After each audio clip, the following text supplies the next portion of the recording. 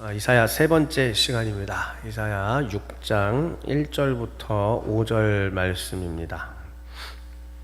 이사야 6장 숫자를 제가 잘못했군요. 1절부터 5절입니다. 6절이 아닙니다. 이사야 6장 1절부터 5절 한 절씩 교독을 하도록 하겠습니다. 제가 1절 먼저 읽겠습니다. 우시야 왕이 죽던 해에 내가 본즉 주께서 높이 들린 보좌에 앉으셨는데 그의 옷자락은 성전에 가득하였고 사람들이 모시고 섰는데 각기 6날개가 있어 그 둘로는 자기의 얼굴을 가리었고 그 둘로는 자기의 발을 가리었고 그 둘로는 날며 서로 불러 이르되 거룩하다 거룩하다 거룩하다 만군의 여호와여 그의 영광이 온 땅에 충만하도다 하더라. 이와 같이 환호하는 자의 소리로 말미암아 문지방의 터가 요동하며 성전의 연기가 충만한지라. 5절 같이 읽겠습니다. 그때에 내가 말하되 화로다 나여 망하게 되었도다. 나는 입술이 부정한 사람이요 나는 입술이 부정한 백성 중에 거주하면서 만군의 여호와이신 왕을 배웠음이로다 하였더라. 아멘. 오늘 제목은 소리내서 같이 읽겠습니다. 시작. 이사야 눈에 들어온 것. 네. 이제 지난 시간에 기억나세요? 무엇이 눈에 들어왔는가 이거였습니다.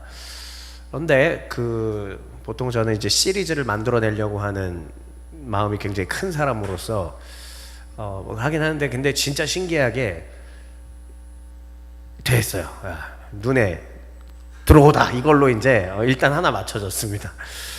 근데 왜냐하면 이게 제가 억지로 만들어낼 수 있는 부분이 아니라 성경 본문이 그렇게 얘기를 해야만 제가 네이밍을 할 수 있는 거기 때문에 답답했는데 그래서 뭐가 눈에 들어왔는가가 지난 시간에 이제 살핀 건데 오늘 6장은 이제 이사야의 눈에 들어온 게 이제 있습니다. 그 두 개가 차이가 뭔가가 있어요. 그 가운데 하나님께서 오늘 우리에게 주시려고 하는 메시지가 분명히 있습니다. 그래서 귀를 기울이고 우리의 영혼을 기울여서 주의 뜻을 듣고 발견하는 시간 되기를 소망해요. 자, 그러면 이제 지난 시간 거를 한번 보면은 자 지난 시간에 그럼 그들이 본 게 뭐냐 봤을 때 그냥 간단하게만 이미 한 거기 때문에 동방의 풍속이 가득했다. 은금, 보화, 우상도 가득했다. 결국은 이들이 눈에 들어온 것은 뭐였냐면은 이방 풍속이었던 겁니다. 하나님을 떠난 이방의 풍속과 은금, 보화와 군사력과 재물과 뭐 이런 것들이죠. 자, 이런 것들이 눈에 들어왔는데 그러면 우리 지난주에 이렇게 했어요. 왜 이방과 손을 잡았었는가? 첫째, 부를 가져다 줄 것 같으니까. 두 번째, 힘 있는 삶을 줄 것 같으니까. 세 번째, 통제 가능한 삶을 줄 것 같으니까. 결국은 이 세 번째 통제 가능한 삶이 되게 중요한 거였죠. 내가 내 삶을 나의 뜻대로 살아내겠노라고 하는 욕망의 발현. 내가 나의 뜻대로 삶을 살기 위해서는 뭐가 제일 필요해요? 현대사회에서? 돈이죠. 돈이 제일 중요하죠. 그러니까 내가 통제 가능한 삶을 살기 위해서라도 돈이 필요하고 나에게 어떤 사회적 지위가 있으면 더 좋잖아요. 그러니까 인간은 본능적으로 그 길을 가게 되는 것이고 하나님의 은혜로 부와 권위와 권세가 주어지면은 은혜로 땡큐고 또 잘 선용하면 되는데 그것이 아니라 하나님과 전혀 상관없이 하나님 없이 저런 것들을 얻으려고 했던 것이 우리의 삶이고 수천 년 전에 유다의 삶이었다라는 것까지 우리가 살펴봤어요. 그래서 지난주에 이랬었죠. 하나님의 백성의 눈에는 무엇이 들어왔을까? 요거는 이제 지난주에 한 거지만 한번 같이 다시 한번 읽어볼까요? 첫 번째 시작. 두 번째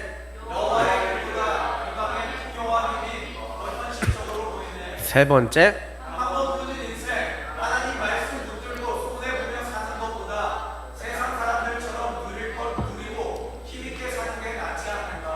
조금 전에 설명한 내용이 이 안에 다 이제 들어 있던 것입니다. 그래서 지난주에 마지막으로 우리가 이걸 살펴봤었죠. 결국 유다의 눈에 들어왔던 것들은 힘과 돈과 권력과 통제 가능한 이런 삶이었고, 한참 더 과거였던 창세기로 돌아가서 창세기 13장에 아브라함과 롯이 서로 찢어질 때 롯의 눈에 들어왔던 것은 바로 요단의 풍요로움이에요. 인간은 태고적부터 시작해서 지금까지도 끊임없이 인간은 풍요로움, 통제 가능한 삶, 내가 내 뜻대로 내 삶을 영위하는 삶을 바라고 원합니다. 그런데 성경은 참 힘들게 우리를 어렵게 하는 게 뭐냐면, 통제 가능한 삶이 아니라 주인의 뜻에 따라가는 삶을 얘기해요. 이거는 믿음으로 가야 되는 것밖에 안 되거든요. 그럼 결국은 이게 왜 힘드냐? 믿음이 없어서 그렇습니다.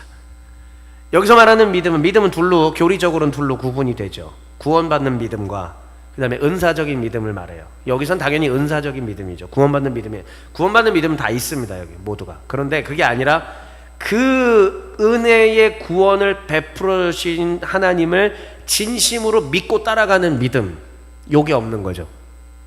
어쩌면 우리는 계속 그거 안에서 투쟁하고 씨름하고 힘들어하고 넘어지고 다시 일어나고 이런 반복이 아닐까요?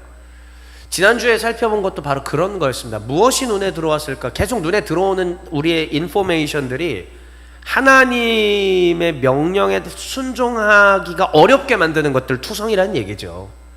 지금도 2026년, 아니 앞으로 계속 우리의 호흡이 끊어질 때까지, 아니 우리의 후손들까지도 계속 저 영향권 아래에 살아간다는 것은 너무나 자명한 사실입니다. 그럼 일생 동안 신앙생활을 한다는 것은 무엇인가? 저것과 싸워 나가는 거예요. 저것과 싸우면서 통제 가능한 내 삶이 아니라 주인의 명에 따르는 삶을 살겠습니다. 내가 원하는 삶과 하나님이 원하는 성경에 기록해 놓으신 삶이 부딪힐 경우에 나는 성경에 기록해 놓은 삶으로 가겠나이다라는 것이 바로 믿음이에요. 이게 얼마나 어려운 삶이냐 이거지. 그런데 교회는 왜 있는가? 혼자 하라고 그러면 아무도 안 할 건데, 교회가 있으면은 끌어주고 땡겨주고 때로는 때려주기도 하고 정신 차리라고도 해주고. 그래서 우리 로기코스 그렇습니다. 함께 옳은 게 무엇인지 분별하며, 함께 옳은 게 무엇인지 분별하며 나아가는 그 연합체, 그 에클레시아, 그 집회가 곧 교회인 겁니다. 그래서 하나님은 교회를 두신 이유, 그리고 교회를 다니게 하시는 이유는 혼자서 그렇게 무너지고 자빠지는 삶을 살지 않고 공동체가 함께 지켜주고 함께 주님께로 나아가게 하려는 삶을 만들기 위해 교회를 주신 겁니다. 그렇죠, 김윤호 성도님? 크게 아멘. 네, 좋습니다. 그래서 교회에 있는 거예요. 자, 그래서 우리가 지난 시간에 여기까지 이렇게 살펴보았습니다. 무엇이 눈에 들어왔을까? 바로 저런 게 눈에 들어왔고 저런 것들이 우리를 힘들게 하더라라는 것이었었습니다. 그러면 오늘 제목은 뭐였냐면은 누구 눈에? 이제는 이사야의 눈에 들어온 겁니다. 그러니까 유다라는 나라의 눈에 들어왔던 건 저런 것들인데, 그게 1장부터 몇 장까지였던지 기억나세요? 다시, 그게 1장부터? 아니에요. 그 전에. 오늘 본문이 몇 장? 그러니까 1장부터 5장까지죠. 그렇죠.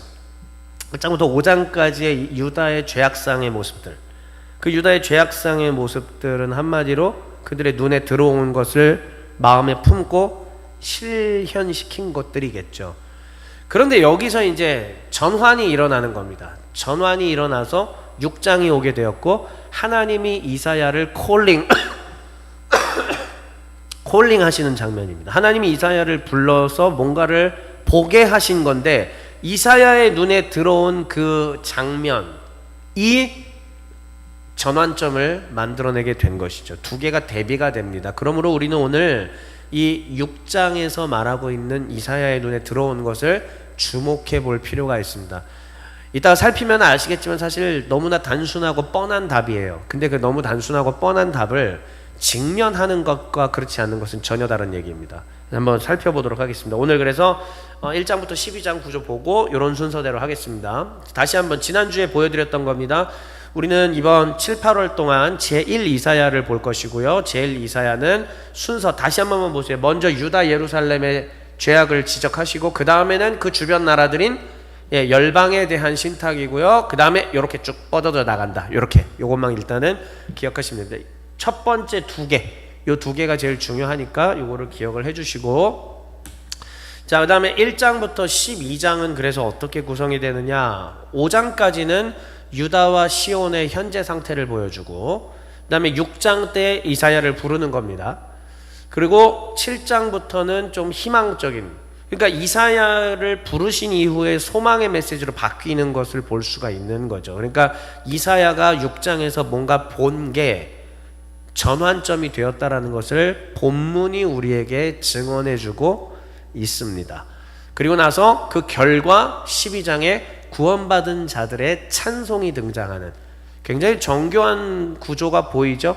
근데 이것이 인간 손에 의해 기록된 건 맞지만 이것을 그렇게 쓰게 하신 분은 누구이시다? 성령 하나님이십니다. 그러므로 이것은 하나님의 작품이고 우리를 향하신 하나님의 뜻이 담겨있는 성경 말씀인 것입니다. 그러면 다시 한번 더 나아가서 1장부터 12장을 한눈에 보자면요. 자, 가운데 한번 센터 보세요. 가운데. 자, 6장 크게 부름 시작. 부름받는 이사야가 6장이고 그의 앞에 1장부터 5장 있고 그 뒤에 7장부터 12장 이렇게 있다고 보시면 돼요. 그러니까 센터에 이사야 메시지가 그러니까 콜링 기사가 있는 거고 앞 뒤로 돼 있다라는 겁니다. 그러면 앞에 1장부터 5장은 다시 한번 유다와 시온의 현재 상태인 거예요. 죄악된 모습이라는 것이죠. 철저하게 반역하고 하나님 앞에 무너져 있는 그러한 모습을 보여주고 있는데, 자, 그 뒤에 이사야가 콜링 받게 되고 그리고 난 다음에 메시아적인 하나님이 또 우리와 함께 하신다는 임마누엘적인 소망의 메시지가 11장까지 이어지게 됩니다. 그리고 그에 대한 결과로서 12장에 구원 시작. 구원받은 자들의 찬송. 그렇습니다. 이렇게 구성이 되는 거예요. 1장부터 12장 이해되세요? 성도 여러분들, 한 번만 다시 이해합시다. 1장부터 먼저 11장으로 할게요. 가운데 몇 장? 네, 가운데 6장 있고 1에서 5장은 유다 이스라엘의 시온의 죄악상, 그리고 콜링 기사 6장 7장부터 11장 변화되는 어떤 회복의 임마누엘의 이런 모습들, 메시아적인 모습들, 그리고 12장은 구원받은 이들의 찬송, 이렇게 크게 구성된다는 것을 볼 수 있습니다. 자, 그러면 오늘의 본문은 몇 장입니까? 6장입니다. 그러므로 오늘의 본문인 6장을 다시 한번 파고 들어가서 한 번 더 보도록 하겠습니다. 자, 오늘 6장은 크게 두 부분으로 되어 있어요. 저는 오늘 6장 몇 절이죠? 네, 1에서 5장 앞부분입니다. 그런데 그 뒷부분인 6절부터 13절 이렇게 크게 두 개로 되어 있는데, 자, 그러면 앞부분 1번 나와 있는 거 소리내서 먼저 읽어볼게요. 거룩하신 시작. 거룩하신 왕 앞에 드러난 이사야와 백성의 부정. 네, 거룩하신 왕을 눈으로 보는 거예요. 다시, 오케이. 이제 여기서 차이인 거예요. 거룩하신 왕을 눈으로 봅니다. 그리고 난 다음에 이사야가 뭔가를 깨닫게 되는 거예요. 근데 그 깨달은 게 뭐냐? 자신과 또한 자기 백성들의 부정함을 보게 되는 겁니다. 지극히 거룩하신 하나님 앞에 섰더니 그제야 뭐가 보인다? 내 죄가 보이는 거죠. 그러면 우리가 평소에 하나님 앞에 범죄하지만은 내가 범죄했다는 사실도 있고 지속적으로 범죄하고 지속적으로 하나님과 상관없는 삶을 살아간다라고 하는 것은 무엇이냐? 내가 누구 앞에 서 있지 않다, 하나님 앞에 안 서 있다라는 결정적 증거입니다. 두 번째, 자, 6절부터 13절 덩어리 한번 읽어보겠습니다. 시작. 정결케 하시다가 사명자의 파송. 그런데 이 자기 자신의 부정함을 보고 참회하고 탄식하고 있을 때에 우리 하나님께서 회개하게 하시고 정결하게 하시고 변화시키신 뒤에 마침내 일하는 일꾼으로 세워주시더라라는 얘기입니다. 지금 이해되세요? 이거 우리 뒤에 오늘 제가 마지막 순서에 더 강하게 얘기할 거예요. 다시 한 번만요. 하나님 앞에 일꾼이 되길 원하는 자여, 하나님께 쓰임받고 싶은 자들은 반드시 어떤 과정을 거쳐야 되느냐? 하나님 앞에 서고 자기 자신의 죄성과 악한 거를 매일매일 들여다볼 수 있어야 되며, 그리고 그것을 놓고 어떻게 하라? 회개하고 하나님 앞에 씻은 바 되고 날마다 이것들을 체크하고 점검하며 우리가 성화의 과정을 겪을 때가 되면 하나님께서 비로소 그 사람을 어떻게 하신다? 쓰신다라는 얘기예요. 오늘 설교 끝입니다. 뒤에서 이 얘기가 또 나오고요. 이 핵심인데 미리 먼저 한번 얘기를 했습니다. 자, 그러면 오늘 본문 한번 같이 잠깐 보시죠. 자, 이사야 6장 1절부터 4절 말씀 먼저 한번 읽어보겠습니다. 시작. 내가 본즉 주께서 높이 들린 보좌에 앉으셨는데 그의 옷자락은 성전에 가득하였고 스랍들이 모시고 섰는데 각기 6날개가 있어 그 둘로는 자기의 얼굴을 가렸고 그 둘로는 자기의 발을 가렸고 그 둘로는 날며 서로 불러 이르되 거룩하다 거룩하다 거룩하다 만군의 여호와여 그의 영광이 온 땅에 충만하도다 하더라. 이같이 화답하는 자의 소리로 말미암아 문지방의 터가 요동하며 성전의 연기가 충만한지라. 아멘. 20대 초중반쯤에 이제 제가 한참 선교단체 사역하고 할 때 어느 집회였는데요. 어떤 분이 그렇게 참 찬양 인도자분이 보잘것없이 생기셨어요. 이런 말하면 참 안 되지만 저보다 훨씬 보잘것없게 생기셨고 여기도 다 이제 나가셨고 이렇게 싹 다 나가시고 키도 땅딸만 하시고 뚱뚱하고. 그런데 한국인이에요. 미국에서 왔지만 한국인입니다. 근데 그분이 몸이 작으니까 또 통기타 하나 매니까는 통기타가 이만해 보여요. 오늘은 제가 통기타 했을 때 슬림해졌다고 했잖아요. 근데 이분이 통기타를 매니까 이만해. 막 되게 이러고 치는 것 같아. 아무리 봐도 볼품없는데 근데 그때 이 찬송을 드렸습니다. 주께서 높은 보좌에 앉으셨는데 후렴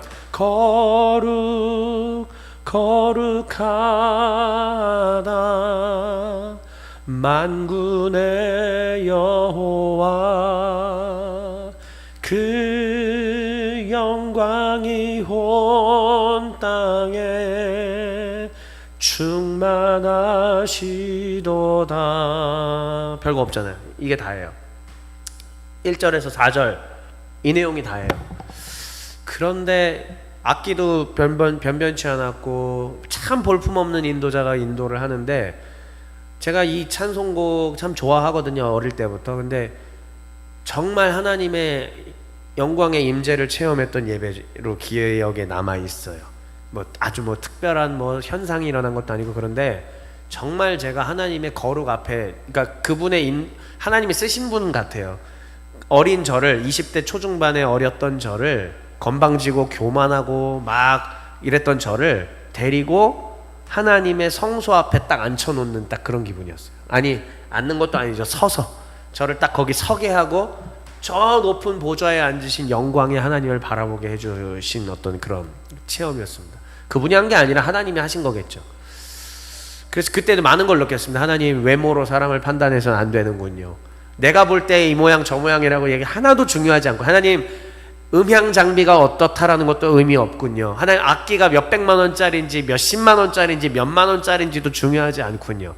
찬양이라 하는 것은 내가 지금 살아계신 하나님 앞에 설 수 있게 하는 거냐 아니냐 이게 중요한 것이군요를 제가 그때 그 어린 나이에 그 귀한 인도자님 누구라고 이제 사실 좀 이름을 밝힐 수는 없고 아무튼 그 분을 통하여 하나님께서 저에게 체험시켜 주셨던 좋은 추억으로 남아 있습니다. 자, 그럼 다시 이 스토리를 통해서 여러분 한번 텍스트를 볼게요.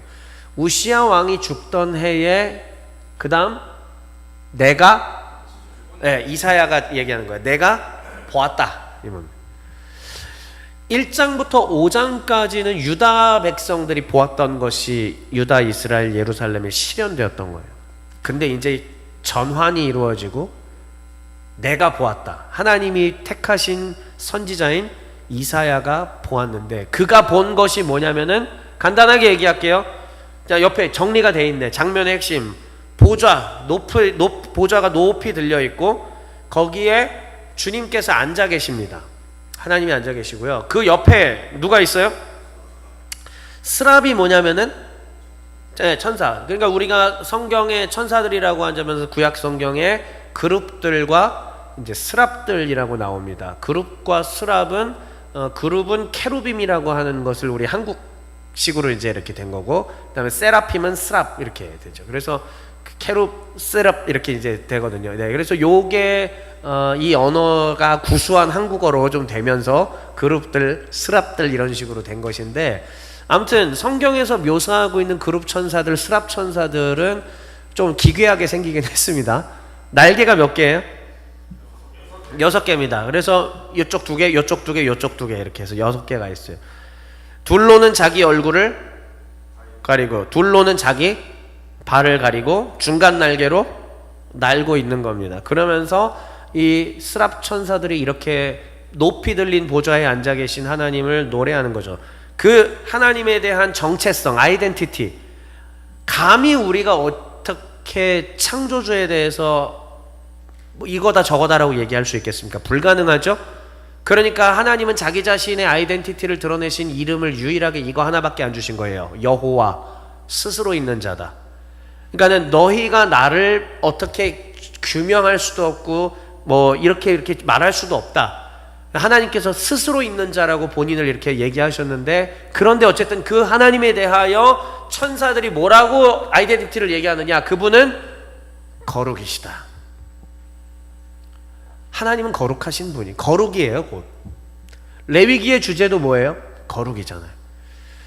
성결, 거룩, 성별, 거룩하다 거룩하다 거룩하다 만군의 여호와라고 스랍들이 노래를 합니다. 그리고 그의 영광이 온 땅에 충만하도다라고 노래하고, 그랬을 때에 문지방의 터가 요동하며 성전의 연기가 충만하였다. 구약 성경에서 연기와 구름은 뭘 상징해요? 하나님의 쉐키나, 임재를 상징하는 거지 않습니까? 네, 그러니까 여기 지금 하나님이 계시다라는 얘기고, 그거를 이사야가 환상 가운데 본 거예요. 이러면서 이사야서가 시작이 되는 겁니다. 처음 하나님 앞에 부름받았던 그 상황, 그 순간, 그 시점인 것이죠. 자, 그랬을 때에 이 거룩하신 왕을 보고 이사야는 어떤 반응인가? 5절 말씀 읽어보겠습니다. 시작. 그때 내가 말하되 화로다 나여 망하게 되었도다. 나는 입술이 부정한 사람이요 나는 입술이 부정한 백성 중에 거주하면서 만군의 여호와이신 왕을 배웠으리로다 하였더라. 이 부분을 계속 연구하면서 말씀을 준비하면서 우리 하나님께서 가르쳐 주신 게 있는 거죠. 아, 그 순간에 이사야는 어쩌면 그 영광의 주님을 배웠고 거룩의 주님을 배웠고, 그때서야 뭐가 베일 같은 게 싹 다 벗겨졌을 거라고 생각이 돼요. 그 베일이라고 하는 것은 뭐냐? 자기 자신을 냉철하게 들여다보게 해주는 것을, 그걸 가려버리는 게 베일인 거죠. 그런데 그거를 하나님이 그 순간에 어떻게 했다? 싹 제거하십니다. 그러니까는 비로소 내면에 있었던 그 부패함, 우리 민족의 죄악, 나의 죄악, 나 이사야 왕족으로 태어나서 제법 잘 나가고 꽤 거룩하게 잘 살고 있던 사람인데, 근데 들여다봤더니 나도 어떤 사람이다. 나는 부정한 사람이라는 거예요. 나는 망할 사람이다. 여러분, 제가 20대 초반에 그 회심 체험을 했을 때 바로 이거였어요. 잘 살아왔거든요. 나름 거룩하게 살아왔거든요. 그런데 하나님의 살아계신 임재를 체험하고 난 다음에 어떻게 되었느냐? 3시간 동안 비명을 지르면서 기도를 하면서 이 장의자 앞에다가 이마를 찧어대면서 차라리 나를 죽여주시옵소서, 하나님 더 이상 살 수가 없습니다. 나는 죄 덩어리고 죄 공장이고 죄를 만들어낸 자이며 세상에 내가 제일 악독한 인간이고 내가 제일 죽임당에 마땅한 사람입니다. 나는 죄인 중에 괴수입니다라고 하나님 앞에 울부짖으며 비명을 지르며 기도했던 그때가 기억이 납니다. 그리고 그게 진심이고 지금까지도 여전히 그때의 기억들이 유효합니다. 결국은 하나님을 뵌 거예요. 저는 그때 그 순간에 눈으로 본 건 아니었지만, 눈으로 환상으로 본 건 아니었지만 분명히 살아계신 하나님의 임재를 거기서 경험하고 고꾸라졌던 거였습니다. 동일한 이러한 반응이 나온 거예요. 하나님, 나는 부정한 사람입니다. 근데 내 백성도 부정합니다. 결국은 하나님이 이것을 통해서 깨닫게 하신 것이 뭐냐? 오른쪽에 나와 있어요. 보세요. 이사야가 거룩하신 하나님을 뵙고 깨달은 것이 무엇이냐면은 6장 이전까지에 있었던 1장부터 5장의 그 현상이에요. 우리 유다 예루살렘은 왜 이렇게 되었을까? 이거는 단순히 사회적, 정치적, 경제적 혼란과 타락의 문제가 아니었다는 것이죠. 심각한 문제가 분명히 유다 예루살렘에 있었습니다. 아수르에 흥황하는 상황 속에서 이리 붙을까 저리 붙을까 이렇게 될까 저렇게 될까. 그런데 단순히 그 문제가 아니었습니다. 정치로 풀 수 있던 문제도 아니고 경제적인 어떠한 이 욕망으로 인하여서 빚어졌던 문제도 아니었습니다. 물론 그들이 눈에 들어왔던 것들은 풍요요, 우상이고 이런 것들이 통제 가능한 것이었기 때문에 그것이 거기에 매료되고 매혹적이어서 따라갈 수 있겠지만 결정적으로 그게 아니었다는 것이죠. 뭐냐? 하나님 앞에 범죄한 거였구나. 사실은 정확하게 얘기하자면은 이들은 하나님 앞에 서 있지 않았다라는 것을 이사야가 깨달은 것입니다. 제가 회심했을 바로 그때도 뭘 깨달았던 거였냐면 매일 뭐 새벽 기도도 가고 수요 가서 다 저는 반주하고 뭐 정말 오만 가지를 청소년 때 할 수 있는 건 다 했다고요. 진짜 충성을 다해서 하나님 앞에 드렸고 시간을 드리고 에너지를 드리고 열정을 드리고 다 했어요. 근데 그때 제가 뭐를 하나님 앞에서 깨닫게 된 거냐면은 하지만 너는 내 앞에 서 있지 않았다. 하지만 너는 나와 너 사이에 장벽을 쌓아놓고 너의 죄는 직면하지 않았다. 속으로는 부패하여 끊임없이 죄를 만들어내고 나 여호와를 기만하고 있었던 너 박재엽, 네가 다른 사람들의 눈을 속일 수 있었지만은 내 눈은 속이지 못한다. 거기서 하나님 앞에 모든 게 다 발가벗겨진 그런 상황이었던 것입니다. 유다 예루살렘도 똑같았던 거죠. 말했잖아요. 성전이 있었어요. 예배 드렸다고요. 찬양대도 있었어요. 모든 게 다 있었는데 그들을 덮고 있던 베일이 자신들을 다 기만하게 만들었다는 거예요. 자기 기만. 결국은 이 5절 말씀을 통해서 바로 하나님이 그것을 깨닫게 해 주셨던 것입니다. 문제가 이거였구나. 자, 그렇다면 이제 마지막 세 번째, 이사야의 눈에 들어온 것에 대해서 다시 한번 정리해 보시죠. 유다의 눈에 들어왔던 것은 세상의 풍요와 힘이었습니다. 이미 충분히 얘기했습니다. 이사야의 눈에 들어온 것은 바로 거룩하신 하나님이 눈에 들어왔습니다.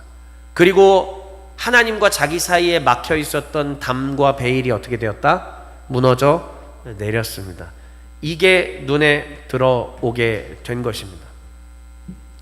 다시 한번 얘기할게요. 유다도 그러니까 저런 것들이 눈에 들어오면서 하나님을 안 쳐다보면서 자기 기만이 있었던 거고, 이사야 역시도 바로 하나님을 뵙기 전까지는 괜찮은 사람인 것 같았지만 가려놓고 자기 기만이 있었던 겁니다. 민족 전체가 자기 자신을 기만하고 속이고 있었던 것이죠. 그리고 성도인 우리들의 2026년의 우리들의 삶도 이와 크게 다르지 않다라는 것을 하나님이 깨닫게 해주셨습니다. 속이는 거예요. 자기 기만입니다. 나 이 정도면 잘하고 있다라고 자꾸 속이고 있는 것입니다.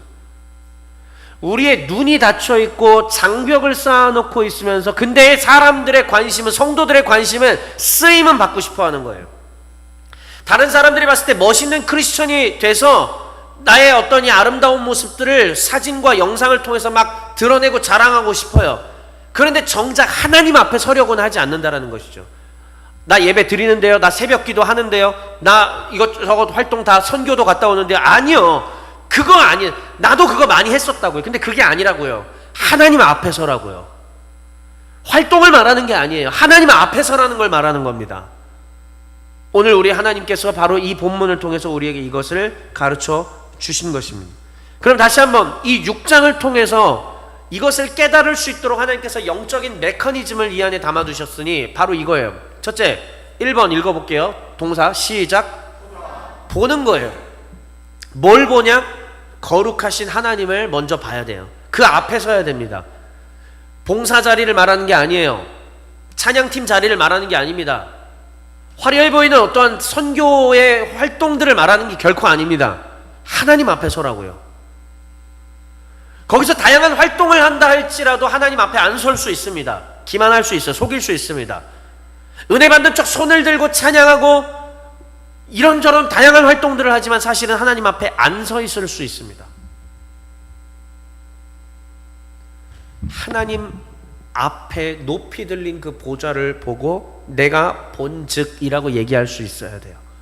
날마다 나를 쳐서 복종하여 주님 앞에 나아가게 만드는 것, 보는 겁니다. 그리고 그 보았을 때에 반드시 우리는 뭘 발견하게 되느냐? 숨기고 있었던 내 죄악을 보게 되는 거예요. 나의 게으름과 타락함과 내가 하나님을 얼마나 사랑하지 아니하였는가, 내가 얼마나 하나님을 대충 섬기고 있었는가를 우리 하나님께서 보게 하시는 것입니다. 두 번째 읽어볼까요? 2번 시작. 이 영적 메커니즘은 먼저 하나님 앞에 서고 보게 한 뒤에 반드시 그거를 후회하게 하고 두려워하게 하고 회개하게 하는 겁니다. 그래서 하나님 앞에 자복하고 내가 잘못했습니다라고 회개하는 거예요. 종의 가족 여러분들, 종의 교회 하면 재밌고 신나죠. 개그가 넘치고 즐거움이 있고 참 재밌잖아요. 그러니까는 늦게까지 집에도 안 가고. 그런데 사실은 우리 최근 몇 달 사이에 어느 순간부터 기도가 기도 잘 안 하고 마른 거 아세요? 기도 잘 안 해요, 여러분들. 기도도 마르고. 회개는 했어요? 내 자신이 매일매일 살면서 하나님 앞에 죄인이라는 거 깨닫고 있습니까? 어느 순간부터 괜찮다고 느낄걸? 사실 그게 다 보입니다. 그렇다고 또 교회에 와서 매일마다 장송곡하듯이 날마다 주여 이것만 하는 것도 좀 그건 안타까워요. 기쁨도 있어야 되죠. 하나님 주신 회복의 은혜의 충만함도 있어야 되죠. 근데 회복되고 은혜의 충만함, 성령 충만함을 겪어서 일시적으로 엄청 기쁠 수는 있는데요, 장기 레이스의 신앙생활을 봤을 때 사실은 하나님 앞에 서서 주님을 보면은요, 숨겨져 있던 죄악들이 무조건 드러나게 됩니다. 속일 수가 없어요. 기만하지 마세요. 사실은 깊이 있는 신앙인이 되면 될수록 이거를 더 디테일하게 찾아내는 겁니다. 하나님 앞에 서는 거죠. 그리고 주님 앞에 회개하고 정결케 되는 은혜를 경험하는 겁니다. 그 다음 단계가 3번 읽어볼게요. 시작. 그 다음이 쓰임이에요. 많은 분들이 1번과 2번의 단계를 건너뛰고 쓰임 받고 싶어 합니다. 아니요, 정확하게 얘기할까요? 쓰임 받는다기보다 인정받고 싶어 합니다. 박수 받고 싶어 합니다. 활동하고 싶어 합니다. 그래서 내가 이 공동체 안에서 나름 의미 있는 일을 하고 있다라는 자리매김을 하고 싶어 하는 마음으로 가득 차 있죠. 그런데 정확하게는 쓰임 받기 이전에 하나님을 보고 회개하는 게 선행이 돼야 된다라는 그 사실을 우리가 잊어서는 안 됩니다. 그러므로 우리 하나님께서 오늘 이렇게 말씀하십니다. 사랑하는 종의 가족, 내 자녀들아, 쓰임 받고 싶거든 먼저 내 앞에 서라. 우리 하나님의 목소리입니다. 아멘으로 받으십시다. 쓰임 받고 싶거든 하나님 나 여호와 앞에 먼저 서라. 또 있습니다. 쓰임 받고 싶다면 나 여호와 앞에 서서 너희의 속을 전부 드러내라. 이것도 아멘으로 화답합시다. 다시 한 번만요. 쓰임 받고 싶다면 나 여호와 앞에 서서 너희의 속을 드러내라. 하나님 앞에 숨기지 않고 자신의 속을 다 드러내는 작업들을 하셔야 합니다. 주님, 내게 빛을 비추어 주시옵소서. 내 안에 숨겨진 상처와 아픔들과 그 상처와 아픔으로 인해 내가 계속 생산하고 있는 그 모든 죄악들, 괴롭습니다. 하나님, 나를 고쳐주시옵소서. 나와 내 가정이 부정하였습니다. 주님, 치료하여 주시옵소서. 하나님 당신은 회개하는 자를 외면하지 않는다고 하셨습니다. 나를 외면하지 마시고 고치시고 나를 일으켜 세워 주시옵소서. 이 작업들을 끊임없이 하셔야 됩니다. 치유될 때까지, 치료될 때까지, 일으킴을 받을 때까지, 세워질 때까지, 그 문제가 해결될 때까지. 그러면 비로소 우리 하나님께서 어떻게 하실 것이냐? 사명자로 우리를 세우실 것입니다. 마지막입니다. 결국은 이 6장 안에 들어있는 영적 메커니즘이 발견됐어요. 이 영적 메커니즘을 통해서 우리는 어느 단계로 신자로서 성장해 가야 되냐면 궁극적으로는 여러분 쓰임받아야 됩니다. 이거는 이제 목사로서 여러분들을 축복하는 겁니다. 여기 있는 우리 가족 모두가 하나님께 쓰임받는 사람들로 성장하기를 진심으로 축원합니다. 모두가 하나님 앞에 헌신적으로 쓰임받는 일꾼들 되시길 주의 이름으로 축원합니다. 전부가 주의 종이 되시기를 주의 이름으로 축원합니다. 또 하나 재밌는 거, 전부가 정회원으로 승급 랩업 하시기를 주의 이름으로 축원합니다. 그런데 그에 앞서서 이 단계를 거치셔야 돼요. 하나님 앞에 서야 됩니다. 하나님 앞에 서지 않는 자 일꾼 못 됩니다. 먼저는 자기의 의로 자기의 생각으로 일하는 사람을 세울 수 없습니다. 하나님 앞에 서는 사람, 겸손하게 거기에 머리를 숙일 수 있는 사람, 내 내면의 아픔과 상처, 물론 전부 다 치유된 사람만 쓰일 수 있느냐? 그런 건 아니겠죠.